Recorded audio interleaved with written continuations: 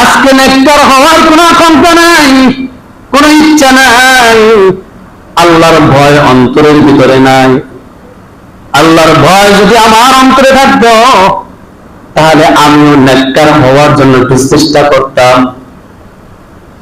আমিও নেককার হইতে চাইতাম। কিন্তু কবরের চিন্তা নাই, মরণের চিন্তা নাই, আল্লাহর ভয় অন্তরের ভিতরে নাই, যার কারণে নিজের নেককার হওয়ার চিন্তা নাই। একবারও চিন্তা করি না আমার মরণ হইলে আমার লাশটা কি নেককারের কাতারে পড়বে না বদকারের কাতারে পড়বে, আমার আমার নামটা কি নেককারের খাতায় আছে নাকি বদকারের খাতায় আছে, একবারও চিন্তাও করি না। এ বাবা, বহুত বড় একজন বুজুর্গ ছিল মালিক ইবনে দিনার রাহমাতুল্লাহি আলাইহি। মালিক ইবনে দিনার রাহমাতুল্লাহি আলাইহি একজন কাশফওয়ালা ওলি, যার চক্ষু খুলে গেছে। আল্লাহ রাব্বুল আলামিন এমন কিছু ওলিদেরকে দুনিয়ার বুকে প্রেরণ করেন যে ওলিরা চক্ষু বন্ধ করলে অনেক জিনিস তারা দেখতে পায়। সুবহানাল্লাহ। যারা সাধারণ মানুষ যারা দেখতে পায় না, ওলিরা দেখতে পায়। এমন কিছু ওলি দুনিয়ার বুকে সব জমানায় থাকে। হযরত মালিক ইবনে দিনার রাহমাতুল্লাহি আলাইহি একজন ওলি ছিলেন। ওই ওলি রাস্তা দিয়ে একদিন হাইটা যায়, হঠাৎ করে দেখে কবরস্থানের পাশে বসে দুইজন যুবক খাতা কলম নিয়ে কি যেন লিখতেছে। আল্লাহর ওলি মালিক ইবনে দিনার ডাক দিয়ে বলে, এ যুবক, তোমাদের কি তো আগে কোনোদিন মহল্লার ভিতরে দেখি নাই, তোমরা কোথা থেকে আসছো, কি নাম তোমার, কি তোমার পরিচয়? যুবক দুইটা ডাক দেয়া বলে, ওগো আল্লাহর ওলি, আমরা সরকারি প্রশাসন, সরকারি লোক। যেমন দুনিয়ার সরকার যেমন গ্রামে গ্রামে মহল্লায় মহল্লায় আদমশুমারি করার জন্য, মানুষ গণনার জন্য প্রেরণ করে, আমরাও একজন সরকারের গোলাম, আমরাও দুনিয়ার ভিতরে মানুষ গণনা করি। আমরা গণনা করি। কি গণনা করো? জীবিত মানুষের ভিতরে কয়জন আল্লাহওয়ালা আছে, কয়জন নেককার মানুষ আছে, আর কয়জন বদকার মানুষ আছে, এগুলা লিস্ট করি। আমরা বাড়িতে যাইয়া যাইয়া লিস্ট করছি কয়জন এই মহল্লার ভিতরে কয়জন নেককার মানুষ আছে আর কয়জন বদকার মানুষ আছে, এদের লিস্ট করছি। এখন জীবিত মানুষের লিস্ট শেষ, আমরা এখন কবরবাসীদের লিস্ট করতে আসছি, কয়টা কবর নেককার মানুষের আছে আর কয়টা কবর বদকারের আছে, এই কবরের লিস্ট করবার জন্য আসছি। হযরত মালিক ইবনে দিনার রাহমাতুল্লাহি আলাইহি কথাগুলি শুনছেন, শুনে ডাক দেয়া বলে, যুবক ভাই, আমার একটা আরজি আছে, আমার একটা দাবি তোমরা মানবা নি? বলে, কি দাবি, কি আরজি? বলে, ভাই, বিরক্ত না হইলে একটু কথা বলি। বলে, কি? বলে, একটু খাতাটা উল্টাইয়া দেখো, জীবিত মানুষের খাতাটা একটু গণনা করে দেখো, নামগুলি একটু দেখো। আমি মালিক ইবনে দিনারের নামটা খাতায় আসেনি, আমার নামটা নেককারের খাতায় আছে কিনা দেখো। ফেরেশতারা উল্টাইতে শুরু করছে, খাতা উল্টাইতেছে, বাবা, খাতা উল্টাইতেছে, নেককার মানুষের লিস্ট গণনা করতেছে। গণনা করে দেখতেছে মালিক ইবনে দিনারের নাম নেককারের খাতায় নাই। ডাক দেয়া বলে, মালিক, আপনার নামটা নেককারের খাতায় পাওয়া যায় না।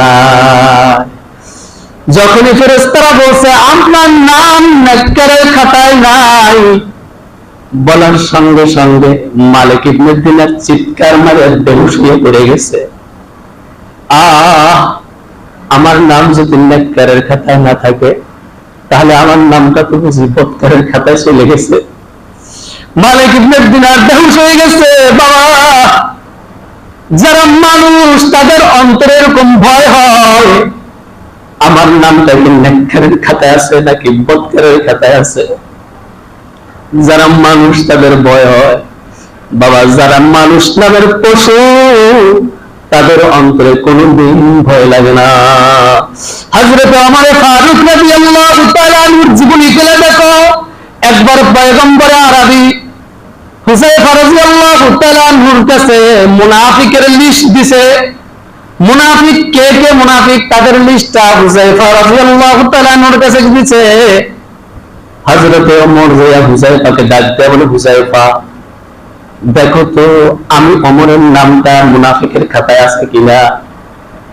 হুযায়ফা ডাক দেয়া বলে, এ ওমর, পয়গম্বরের নিষেধ আছে নাম কারো বলা যাবে না, কার নাম লিস্টে আছে নাম বলা যাবে না। ওমর বেকরার হয়ে গেছে, বেকুল হয়ে গেছে। আহারে আমার নামটা যদি মুনাফিকের খাতায় থাকে তাহলে তো অবস্থা ভয়াবহ। হযরত ওমর বেকরার হয়ে গেছে, বেকুল, অস্থির। এ বাবা, হযরত হুযায়ফা বাড়ি যে রাত্রিবেলা ঘুমায় গেছে।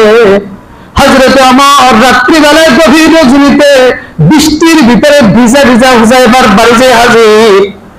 যে দরজায় নাড়া দিয়া বলে, হুযায়ফা বাসায় আছেন? বলে, জি বাসায় আছি। হুযায়ফা জিজ্ঞাসা করলাম, আমার নামটা মুনাফিকের খাতায় আছে কিনা? তুমি তো বললে না পয়গম্বরের নিষেধ আছে, আমার নাম তুমি বলো নাই। আমার নামটা মুনাফিকের খাতায় আছে কিনা আমিও জানি না। এ হুযায়ফা একটা কথা বলো, আমি ওমর যদি মরে যাই, আমি ওমর যদি দুনিয়ার থেকে বিদায় হয়ে যাই, হে হুযায়ফা আমাকে বলো, আমি ওমরের জানাজা পড়বানি নাকি আমাকে বিনা জানাজায় কবর দিবা? আমার জানাজাটা পড়বানি। আমি যদি মুনাফিক হই তাহলে তুমি তো আমার জানাজা পড়বা না। হে হুযায়ফা আমাকে বলো, আমার জানাজা পড়বা কিনা? হুযায়ফা ডাক দেয়া কয়, আমিরুল মুমিনিন ওমর, আপনার জানাজা পড়ব না, আমি কার জানাজা পড়ব? আমি নিশ্চিন্ত হইলাম, মনে হয় আমার নামটা মুনাফিকের খাতায় নাই। তারপর নিশ্চিত না আমি জান্নাতি না জাহান্নামী, নিশ্চিন্ত না। এর নাম হলো তাকওয়া, এর নাম হলো আল্লাহর ভয়। আল্লাহ রাব্বুল আলামিন জান্নাত বলেন, ইয়া আইয়ুহাল্লাযীনা আমানু তাকুল্লাহ, হে ঈমানদারগণ তোমরা আল্লাহকে ভয় করো। আর আল্লাহকে ভয় করার মাধ্যমে যাদের ভিতরে আল্লাহর ভয় আছে তাদের সঙ্গী হয়ে যাও। ওয়াকুনু মা'আস সাদিকিন। এ বাবা, হযরত মালিক ইবনে দিনারের কথা বলতেছিলাম। মালিক ইবনে দিনার কান্না শুরু করেছে, আমার বুঝি নামটা নেককারের খাতায় নাই। কান্না শুরু করছে, বেকরার হয়ে কাঁদতেছে। দুইজন ফেরেশতা গায়েব হয়ে গেছে, নাম খাতায় নাই বলে গায়েব হয়ে গেছে। এ বাবা, গায়েব হওয়ার আগেই মালিক ইবনে দিনার ওই দুইজন ফেরেশতাকে ধরে বলতেছে, বাবা ও ভাই, আমার নাম তো নেককারের খাতায় নাই শুনলাম, কিন্তু খাতার পাশে কোনায় কানায় একটু নেককারদের খাদেম হিসেবে আমার নামটাকে লিখে দেওয়া যায় না? সুবহানাল্লাহ। আমি নেককার হইতে পারি নাই, নেককার হইতে পারি নাই, নেককারের খাদেম হিসেবে নেককারকে মহব্বত করি, ভালো মানুষদেরকে মহব্বত করি, দিনদার মানুষদেরকে মহব্বত করি। আমাকে একটু ভক্ত হিসাবে কি আমার নামটা লিখে দেওয়া যায় না? একটু খাতার কোনায় আমার নামটা লিখে দাও। যেমন আমরা অনেক সময় এই আকাঙ্ক্ষ করি, মালিক আমি তো সৈয়দ ফজলুল করিম হইতে পারি নাই, একটু লিখে দাও ফজলুল করিমকে মহব্বত করে। আমরা সৈয়দ সাদ হইতে পারি নাই, আমরা মুফতি আমিরি হইতে পারি নাই, আমরা শাহ আহমদ শফি হইতে পারি নাই। আল্লাহ তুমি একটু খাতায় লেখা দাও তাদেরকে মহব্বত করে। বাবা মালিক ইবনে দিনার বলতেছেন, একটু নামটা খাতার কোনায় লেখা দাও। এই কথা বলতে বলতে দুইজন ফেরেশতা গায়েব হয়ে গেছে। মালিক ইবনে দিনারের কান্না শুরু হয়ে গেছে, কান্না আর কান্না, রাত্রিভর কান্না, খাওয়া দাওয়া বন্ধ। আমার নামটা কি নেককারের খাতায় নাই, আমার নামটা কি বদকারের খাতায় চলে গেছে। কান্না আর কান্না শুরু করছে। এ বাবা, কান্না করতে করতে না খেয়ে কান্না করে ঘুমিয়ে বস। ঘুমের ভিতরে স্বপ্ন দেখে ওই দুইজন ফেরেশতা আবার হাজির। সুবহানাল্লাহ। ওই দুইজন ফেরেশতা এসে হাজির। ডাক দেয়া বলে, এ মালিক ইবনে দিনার, তোমার নাম আমাদের নেককারের খাতায় ছিল না, কিন্তু তুমি যে আফসোস করে কান্না শুরু করেছো, তোমার কান্নার কারণে আমার মালিক রাজি হইয়া আরশে আজিমে একটা নেককারের খাতা আছে, ওই খাতার ভিতরে নেককারের ভিতরে তোমাকে ওলি হিসাবে আল্লাহ নাম লেখা দিয়েছে। সুবহানাল্লাহ। সোহবাতে সালেহ তোরা সালেহ কুলুব, সোহবাতে তালে তোরা তোলে গুনাহ জামানা, সোহবাতে বা আউলিয়া বেহতর সব সব তাআত বরিয়া। এ বাবা, আল্লাহ ওয়ালার বুজুর্গদের সঙ্গী হও, তুমি আল্লাহ ওয়ালা হইবা। আর যদি বৎকারের সঙ্গী হও, বৎকারের মহব্বত ঢুকাও, বৎকারের তালে কইরা তুমিও বৎকারের খাতায় চলে যাইবা। আর যদি বৎকারের খাতায় নামটা একবার চলে যায়, তওবা করা ছাড়া তোমার উপায় হবে না, উপায় হবে না। এই জন্য বাবারে নেককার হওয়া লাগবে, নেককারের সোহবাত নেওয়া লাগবে। আর বৎকার হইয়া যাইবা যদি বৎকারের সোহবাতে থাকো।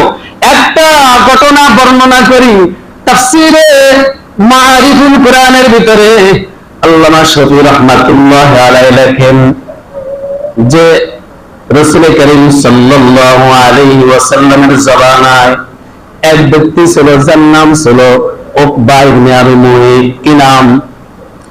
উকবা ইবনে আবি মুঈত একজন ব্যক্তি, যিনি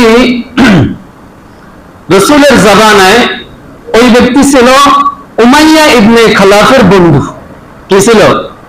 উমাইয়া ইবনে খালাফ, যিনি বেলাল রাদিয়াল্লাহু তাআলা আনহুর মালিক ছিলেন। বেলালকে নির্যাতন করছে, অকথ্য নির্যাতন করছে। এই উমাইয়া ইবনে খালাফের একজন বন্ধু হলো উকবা ইবনে আবি মুঈত। এই উকবা ইবনে আবি মুঈত যখন ব্যবসায় গেছেন, ব্যবসায় যাওয়ার সময় তিনি মান্নত করছেন, নিয়ত করছেন, ব্যবসা যদি ভালো হয় তাহলে একজন ভালো মানুষকে মেহমানদারি করাইব। কি করব? একজন ভালো মানুষকে মেহমানদারি করাইব। এখন ব্যবসা ভালো হয়েছে, বাড়িতে আসছে, বাড়িতে আইসা এবার চিন্তা করতেছে ভালো মানুষ কারে পাওয়া যায় যারা মেহমানদারি করাবো। চিন্তা ভাবনা করে দেখে মুহাম্মদ ইবনে আব্দুল্লাহর মতন ভালো মানুষ আর পৃথিবীতে নাই। বলেন সুবহানাল্লাহ। রাসূল সাল্লাল্লাহু আলাইহি ওয়াসাল্লাম তিনি ইহুদি, খ্রিস্টান এবং কাফের সকলের কাছেই ভালো মানুষ ছিলেন, বিশ্বাসযোগ্য ছিলেন, যতদিন পর্যন্ত নবুয়ত না পাইছেন। যখন নবুয়ত প্রাপ্ত হয়েছেন তখনই কাফেররা বিরোধিতা শুরু করছেন। তার আগ পর্যন্ত সবাই আল আমিন বলে ডাকছেন। সুবহানাল্লাহ। উকবা ইবনে আবি মুঈত যখন এই নিয়ত করেছেন, তখন নবীজি নবুয়ত প্রাপ্ত হয়েছেন, তখন নবীজি দ্বীনের দাওয়াত শুরু করছেন। তারপরে তার দৃষ্টিতে নবী মুহাম্মদ রাসূলুল্লাহ সবচেয়ে ভালো মানুষ, যদি ইসলাম গ্রহণ করে নাই। আয়েশা নবীজিকে বলতেছেন, হে মুহাম্মদ, তখন সে ইসলাম গ্রহণ করে নাই, নবী হিসেবে স্বীকার করে নাই। বলে, মুহাম্মদ, আমি তো মান্নত করছিলাম একজন ভালো মানুষকে মেহমানদারি করাইব, আপনার চেয়ে ভালো মানুষ তো আর আমি পাই না, তাই আপনি আপনার সাথীদেরকে নিয়ে আমার বাসায় দাওয়াত নেন। সুবহানাল্লাহ। আল্লাহ রাসূল দাওয়াত কবুল করছে। দাওয়াত রাসূল সাল্লাল্লাহু আলাইহি ওয়াসাল্লামকে যদি দাওয়াত দিতেন, আল্লাহ রাসূল দাওয়াত কবুল করতেন। দাওয়াত কবুল করা সুন্নাত। দাওয়াত কবুল করা কি? তবে তাহকিক করে খাইতেন, একটা কৌশল অবলম্বন করতেন। দাওয়াত দিলে দাওয়াত যাইয়া তাকে আবার হেদায়েতের বয়ান দিতেন, হেদায়েত করার চেষ্টা করতেন। মূল মাকসাদ ছিল তার ডাকে সাড়া দিলে পরে তাকে হেদায়েতের বাণী শোনানো যাবে। আল্লাহ, যখন আল্লাহ রাসূল দাওয়াত কবুল করলেন, একটা কথা মনে পড়ছে বইলে, কিছুদিন আগে একটা এরকম ঘটনা করছেন। আমাদের বাংলাদেশের একজন উল্লেখযোগ্য আলেম হযরত মাওলানা মিজানুর রহমান আজহারি, সবাই ছিলেন। উনি অনেক ওলামায়ে ইকরামকে ডাকছিলেন। ডাকার পরে কিছু সংখ্যক আলেম এখানে যারা আসছেন, হাজির হয়েছেন, এর মধ্যে কিছু আলেম তারা এই হাজির হওয়ার পরে দাওয়াত খেয়ে যাইয়া আবার যে তওবা করছে, তার নাকি ঈমান চলে গেছে। নাউজুবিল্লাহ। আলেমের সাথে দেখা করলে নাকি ঈমান চলে যায়, এতটাই ঈমান তার দুর্বল। নাউজুবিল্লাহ। আল্লাহ হেদায়েত দিছে, আবার বুঝতেও পারছে, পরে বলছে আমার ভুল হয়েছে, স্বীকার করছে। আল্লাহু আকবার। দাওয়াত দিলে দাওয়াত কবুল করা যায়, তাতে ঈমান চলে যায় না। আল্লাহর হাবিব দাওয়াতে শরীক হয়েছেন, গেছেন, সাহাবায়ে কেরামদেরকে নিয়ে হাজির হয়েছেন। উকবা ইবনে আবি মুআইত যখন দাওয়াত দিতে হাজির হয়েছেন, খাবার বন্টন করছে, সবাইকে খাবার দিছে। আল্লাহ রাসূল খাবার নিয়ে বসে আছে, সাহাবায়ে কেরাম খাবার নিয়ে বসছে। আল্লাহ রাসূল খাবারে হাত দিয়া এরপর ডাক দিয়া বলে, উকবা, তোমার সাথে আমার সাথে তো পেট পূজার সম্পর্ক থাকবে না, তোমার সাথে আমার সাথে আমি সম্পর্ক করতে চাই ঈমানের সম্পর্ক। সুবহানাল্লাহ। উকবা ইবনে আবি মুআইত, আমি এই খাবার হাতে নিয়েছি, তুমি যদি ঈমান আনো তাহলে খাবার খাবো, তোমার সাথে আমি পেট পূজার সম্পর্ক করতে আসি নাই। যদি ঈমান আনো তাহলে খাবার খাবো, আর যদি ঈমান না আনো আমি খাবার ছাইড়া দিয়া ওইটা চলে যাব, আমি তোমার বাড়িতে খাবার খাবো না। বাবা, যখন এই কথা বলছে, উকবা ইবনে আবি মুআইত চিন্তা করলো, এই হাজার হাজার মানুষের মধ্যে থেকে মুহাম্মদ একটা ধর্মীয় নেতা, তিনি একজন ধর্মের প্রধান, তিনি যদি উঠা যায়, সাহাবায়ে কেরাম সবাই উঠে যাবে, বাকি লোকগুলা উঠে যাবে, আমার শানে লাগা যায়, আমার মর্যাদায় লাগা যায়। এই জন্য উকবা ইবনে আবি মুআইত ডাক দিয়ে বলল, হে মুহাম্মদ, আপনি একজন নেতা, একজন ধর্মের প্রধান, আপনি দাওয়াত দিবেন, এই বড় মজলিসে আমি দাওয়াত অবজ্ঞা করতে পারি না। আপনি যেহেতু আমার দাওয়াতে সাড়া দিয়েছেন, আমিও আপনার দাওয়াতে সাড়া দিলাম। আমি পড়ে নিলাম, আশহাদু আল্লা ইলাহা ইল্লাল্লাহু ওয়া আশহাদু আন্না মুহাম্মাদান আবদুহু ওয়া রাসূলুহু। কলেমা পড়ে বললেন, এ বাবা, বক্কার মানুষের সঙ্গে হলে কেমনে বক্কার হয় বুঝাইবার জন্য ঘটনাটা জানতেছি। যখন কলেমা বললেন, আল্লাহর রাসূল তার বাড়িতে সাহাবাদেরকে নিয়ে মনের আনন্দে খাবার খাইলেন। সাহাবার বাড়িতে এখন খাবার খাইতেছে, কারণ সে তো কলেমা পড়ছে, সাহাবী হয়ে গেছে, সাহাবার বাড়িতে খাবার খাইতেছি। আল্লাহ রাসূল আনন্দ নিয়ে খাবার খাইতেছেন, খাবার খাইয়ে ওটা বাড়ি চলে গেছে। এ বাবা, পরের দিন বক্কার মানুষগুলা আবু জাহেল, উকবা সাহেবা, উমাইয়া ইবনে খাল, এগুলা ধরছে, কি রে উকবা, তুই নাকি কলেমা পড়ছো? একসাথে এক বোতল মদ খাইলে একসাথে গাই, কি কামটা করছো? তুই নাকি মুহাম্মাদের হাতে হাত দিয়ে কলেমা করে বলছো? একটা বিড়ি খেলে একসাথে খাই, সাদাবাজি করলে একসাথে করি, কি কামটা করলি? তুই নাকি মুহাম্মাদের কাছে বিক্রি হয়ে গেছে, তুই নাকি কলেমা করছো, তুই মন্ত্রী সভা থেকে বাদ, তুই আর আমাদের মন্ত্রী সভায় নাই। উকবা ইবনে আবি মুআইত বন্ধুদের পাল্লায় কইরা, বন্ধুদের মহব্বতে পড়ে ডাক দিয়ে কয়, আরে পাগল না, আমি তো মুসলমান হই নাই, আমি তো অরিজিনাল কলেমা পড়ি নাই, আমি তো ধোঁকাবাজির কলেমা পড়ছি, আমি তো মুখে কলেমা পড়ছি, অন্তরে কলেমা পড়ি নাই। তুই কি আবু বকরের মতন ঈমান আনো নাই? তুই কি ওমরের মতন ঈমান আনো নাই? তুই কি আলীর মতন ঈমান আনো নাই? তুই কি আব্বাস রাদিয়াল্লাহু তাআলা আনহুর মতন ঈমান আনো নাই? তুই কি ইবনে মাসউদের মতন ঈমান আনো নাই? বলেন না, না, আমি তো তেমন ঈমান আনি নাই, আমি তো ধোঁকাবাজির কলেমা পড়ছি, আমি তো আমার শান ঠিক রাখার লাগে কলেমা পড়ছি। এ বাবা, কিছু মানুষ আছে দেখবেন মসজিদে হুজুর আমার মতন মুসলিম ভালো মুসলিম আর নাই, কিন্তু বাইরে যারা দেখবেন আবার হুজুরের বিরুদ্ধে পরিকল্পনা করে আসে না, এগুলো ধোঁকাবাজি কলেমাবাজ।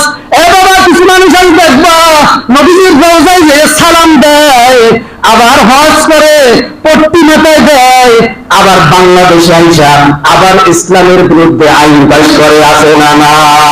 এগুলো ধোঁকাবাজ কলমাবাজ, এগুলো ধোঁকাবাজি কলমাদারি, এগুলো ধোঁকা ধোঁকা ধোঁকা, এগুলো আসল কলমাদারি না, আসল কলমাদারি না।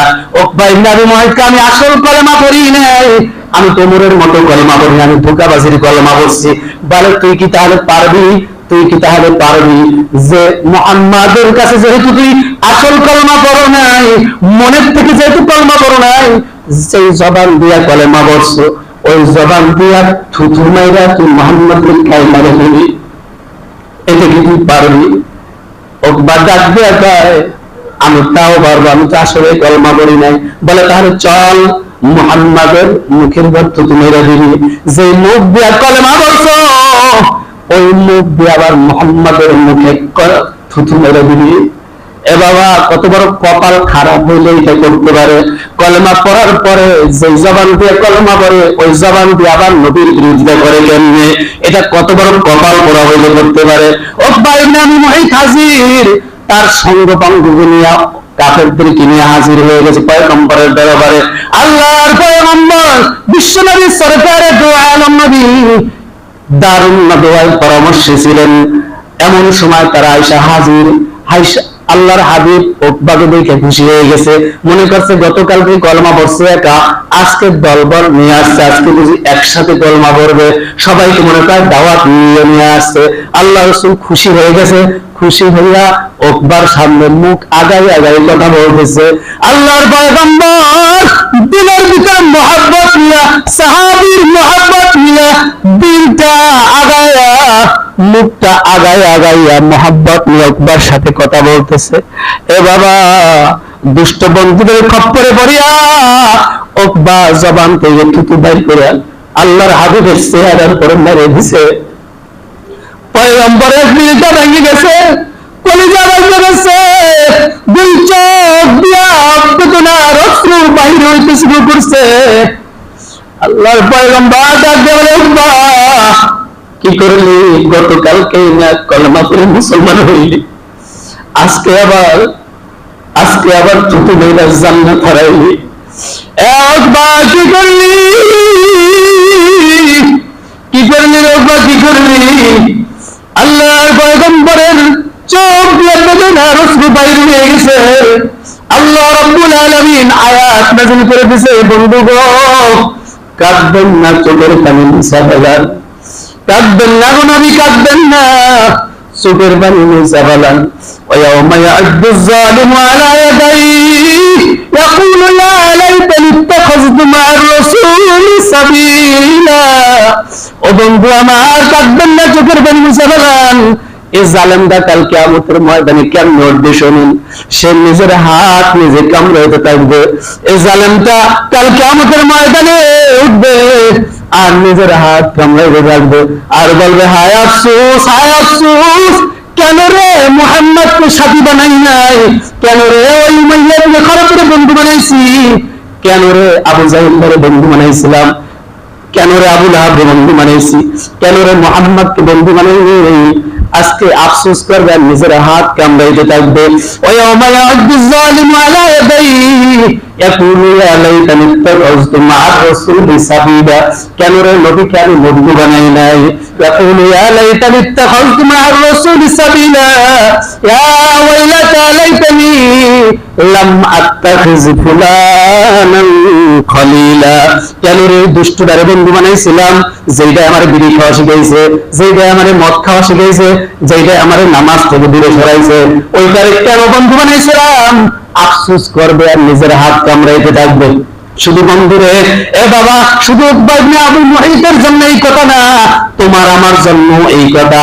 তুমি আমি যদি না কার বন্ধু ছেড়ে দিয়া, আলেম আমার সঙ্গী ছেড়ে দিয়া যদি বদকারের বন্ধু মানে যদি বদকার হয়ে যায়, কিয়ামতের ময়দান তোমার আমার হাত কামড়ানো ছাড়া কোনো ভয় লাগবে না। আর সেই দিন বলবে, ওয়াকালু লাউ কুন্না নাসমাউ আও নাকিলু মা কুন্না ফি আসহাবিস সাইর। কেন রে তাদের কথা শুনছিলাম না, তাদের কথা যদি শুনতাম আজকে সাইর নামক জাহান্নামে যাওয়া লাগতো না। সেদিন আফসোস করবে, কিন্তু আফসোস করলে আমাদের কোনো লাভ হবে না। এই জন্য শেষ কথা, সমাধান কথা হলো, নেককারকে বন্ধু বানাবো, বদকারকে উপকার করব, কিন্তু বন্ধু বানাবো না। কথা মনে থাকবে তো ইনশাআল্লাহ? নেককারের সঙ্গে থাকবো, নেককারকে বন্ধু বানাবো, নেককার মানুষ হইয়া আল্লাহর ওলি হয়ে কবরে যাব। আল্লাহ রাব্বুল আলামিন আমাদেরকে আমল করার তৌফিক দান করুন। আমিন।